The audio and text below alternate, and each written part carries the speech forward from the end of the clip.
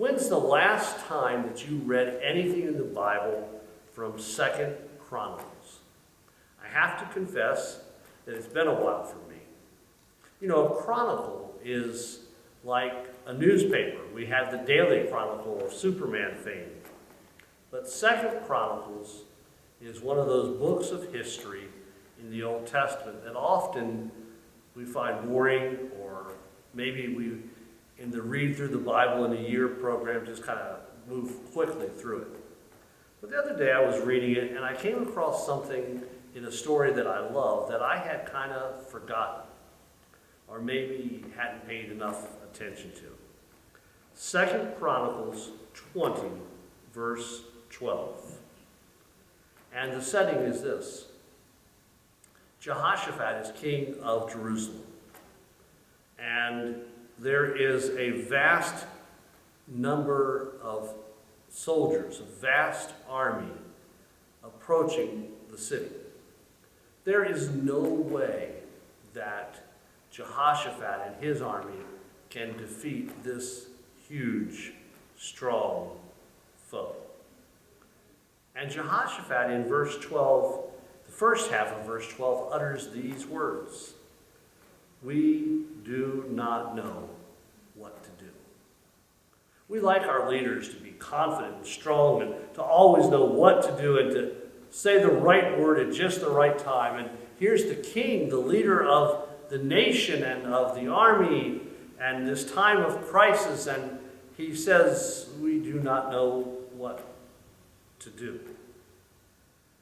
I wonder how many times one of our presidents or the leader of another nation, as a crisis arose, said to themselves, we do not know what to do. I know that at times in my life, and probably in yours, we've said, I do not know what to do, when a crisis or a difficulty or a problem seemed to be greater than ourselves.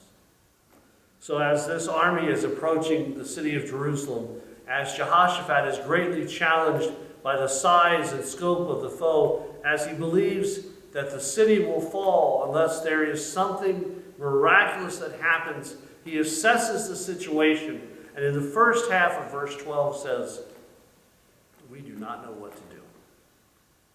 That's an honest statement made before God. You know, if that was all there was, that might be difficult. But fortunately, the second half of the statement is this: for our eyes are upon thee.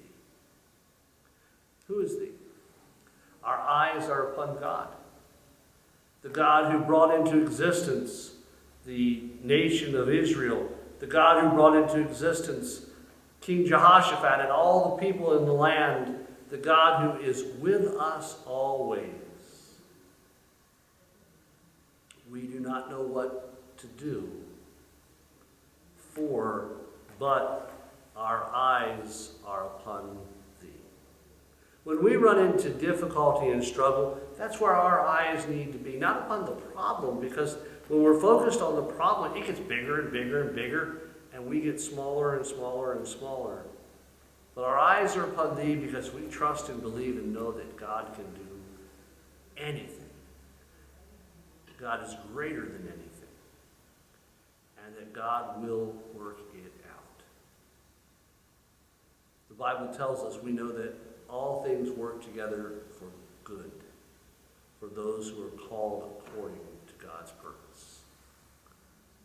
We do not know what to do, but our eyes are upon thee. God, in your timing, in your way, in your wisdom, work it out. Bring about a miraculous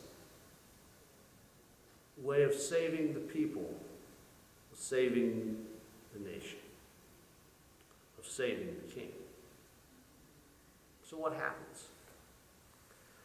The story reminds us that Jehoshaphat encouraged the people to fast and pray.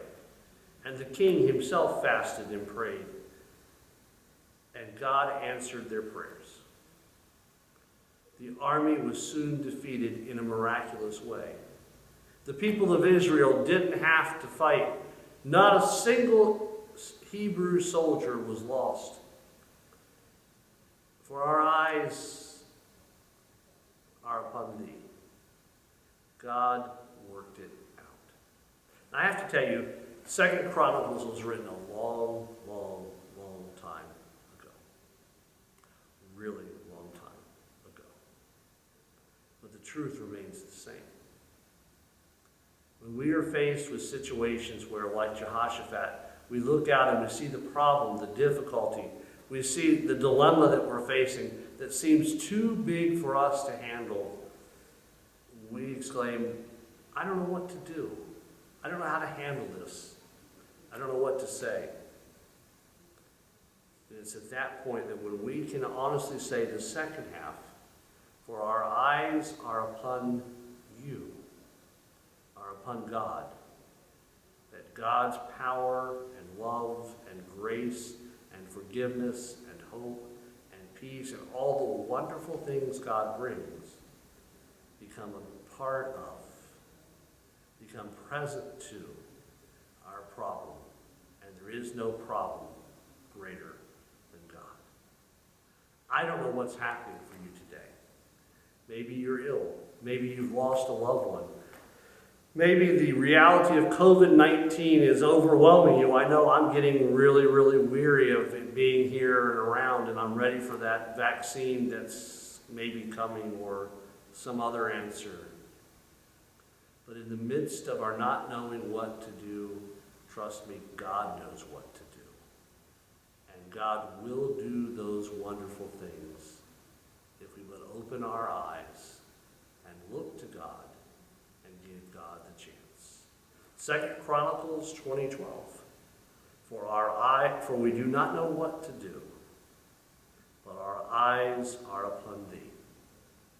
That's the very best place for our eyes to be.